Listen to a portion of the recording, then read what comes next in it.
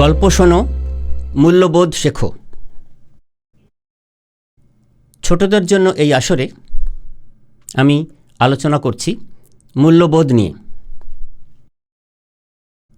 আজকের বিষয় অবাঞ্ছিত অকারণে রাগ অনেক বড় ক্ষতির কারণ হয়। ছোট বন্ধুরা, চলো তোমাদের একটা গল্প শোনাই। প্রথমে একজন দৈত্য ছিল। তো সে গরমকাল, সামার, প্রচণ্ড গরমে সে ঠিক করলো যে সে একটা ট্রি হাউস বানাবে। একটা বড় গাছকে নিয়ে একটা বাড়ির মতো করে বানাবে, গাছটাকে কেন্দ্র করে। তো সে 10 দিন ধরে সব কিছু জোগাড় করে সুন্দর একটা ট্রি হাউস আস্তে আস্তে বানিয়ে ফেললো, যাতে গরমকালে সেখানে সেই দৈত্য থাকতে পারে। বড় দৈত্য। তো যেদিন শেষ হয়ে যাবে, 11 দিনের মাথায়, সেদিনই প্রায় তার কাজ শেষ হয়ে যাবে সেই ট্রি হাউস বানানো।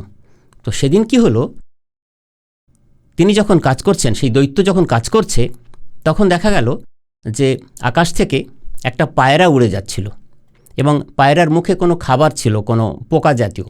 তো সেটা পায়রার মুখ থেকে খসে ওই দৈত্যের কাঁধে পড়ল। দৈত্যর কাঁধে যখন সেই পোকা পড়েছে, সেটা দেখে দৈত্য গেল ক্ষেপে, দৈত্য গেল প্রচণ্ড রেগে।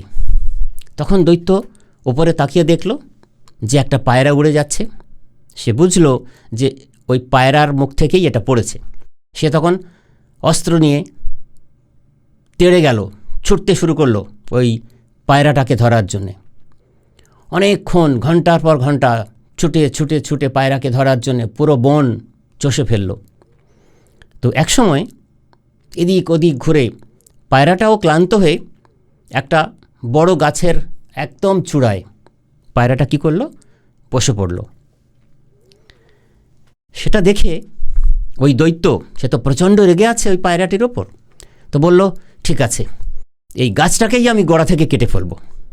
বলে সে অস্ত্র দিয়ে, কুঠার দিয়ে সেই গাছটাকেই কেটে ফেলল, রাগে ফুঁসতে ফুঁসতে। ও মা! পরে কি দেখলাম আমরা, না, যে গাছটা কেটে ফেলল সেটাই ছিল তার বানানো ট্রি হাউস। তো রাগের মাথায় তার কোনো খেয়াল ছিল না, দৈত্যের কোনো জ্ঞান ছিল না।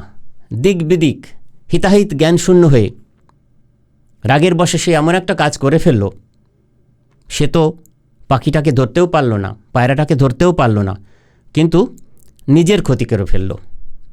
তো আজকের এই গল্পের মাধ্যমে তোমরা কি শিখলে ছোট্ট বন্ধুরা?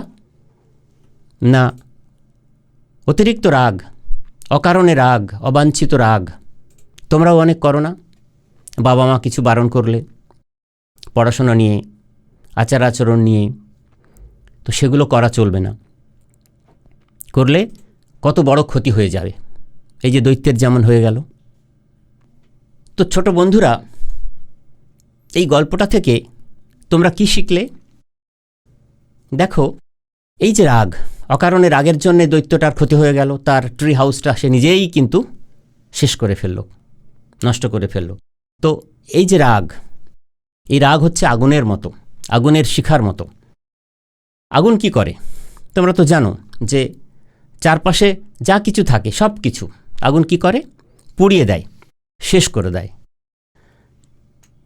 এবং তোমরা তো জানো যে এই রাগে মানুষের যুক্তিবুদ্ধিও ভুলে যায়।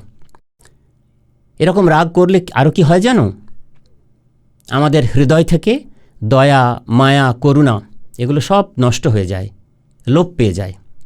তো তোমরা এরকম অকারণ রাগ করো না, না বাড়িতে, না স্কুলে, না বাইরে কোথাও। দেখো, তুমি যদি একটা জ্বলন্ত কয়লা হাতে নাও এবং সেটা ধরো তোমার কারোর উপর রাগ আছে, তার দিকে তুমি ছুঁড়ে মারবে, তো কি হবে বলো তো?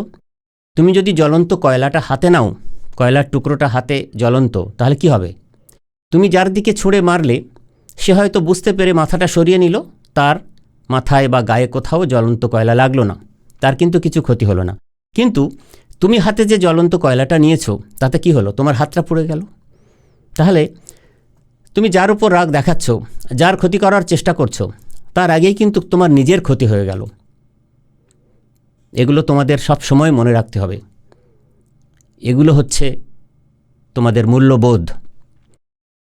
আমরা আরও বলি এই রাগকে, তোমরা তো জানো রাগ স্বাভাবিক প্রবৃত্তি, মাঝে মধ্যে আমাদের হতেই পারে, তোমাদের হতেই পারে, কিন্তু অতিরিক্ত রাগ, অকারণে রাগ ভালো নয়। এই যে গল্পটার মধ্যে তোমরা শুনলে, শিখলে, তো সেই জন্যে না বন্ধুরা, এই রাগকে আমরা বলি ইমোশনাল টর্নেডো।